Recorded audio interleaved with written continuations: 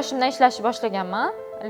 Diplomatiya litseyida o'qigan paytimda o'qishdan chiqib, adamni do'koni bo'lardi, aboy sotardilar. O'sha yerda borib, men как sotuvchilik praktikasini qilganman. Endi 16 yosh qiz, kichkina o'zi studentskiy formalarda borib turardim.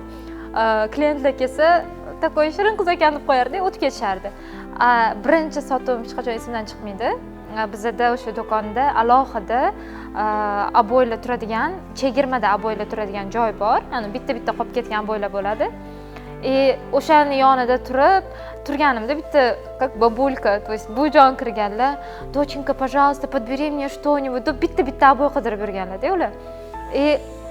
Klient menga murojaat qilganda shunaqa xursand bo'lib ketib, "Davay" deb hammasini yoyib, o'shanda birinchi marta sotganman. Adamga "Mana, men sotdim" deb kirganman.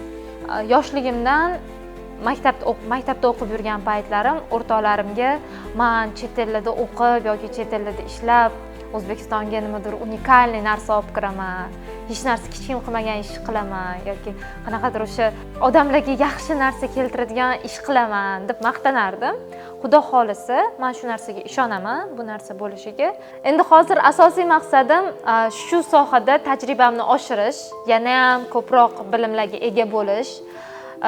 Marketingga juda ham qiziqaman, marketing yo'nalishida ham bilimimni oshirish va kelajakda o'sha yoshligimda o'rtoqlarimga rosa ham maqtanardim. Men O'zbekistonga chet ellarda o'qib kelaman va O'zbekistonga qanaqadir zo'r narsa olib kiraman.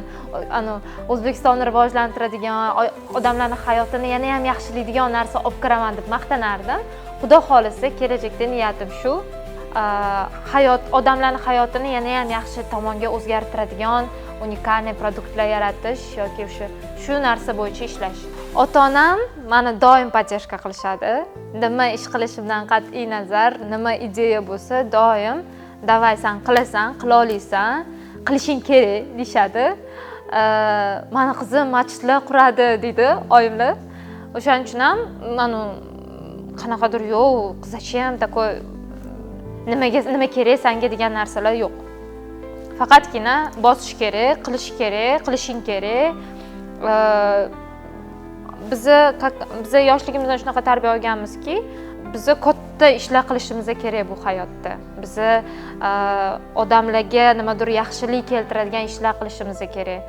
Prosta umrni o'tkazish kerak emas, ko'proq bilim olishimiz kerak, dunyoni har joyini ko'rishimiz kerak.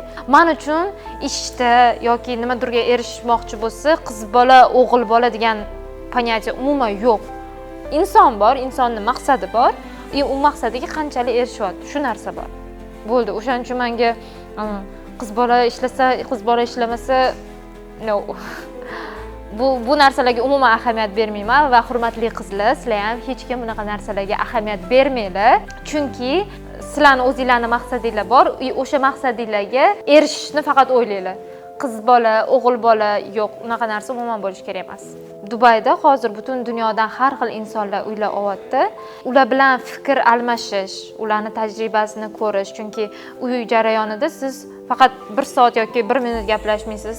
Siz определенный qanchadir kun o'sha odam bilan birgalikda bo'lasiz. Uni fikrini almashasiz, uni tajribasini o'rganasiz, uni bilimini olasiz. Men shu narsani olib maza qilaman. O'shaning uchun ham shu sohada ishlayman. Bu yerda yashab milliy ovqatlarni juda ham birinchi kunlari endi milliy ovqat yemasdan faqat fast food, italyanskiy, yaponskiy, koreyskiy давайте hammasini yeb ko'ramiz deganmiz.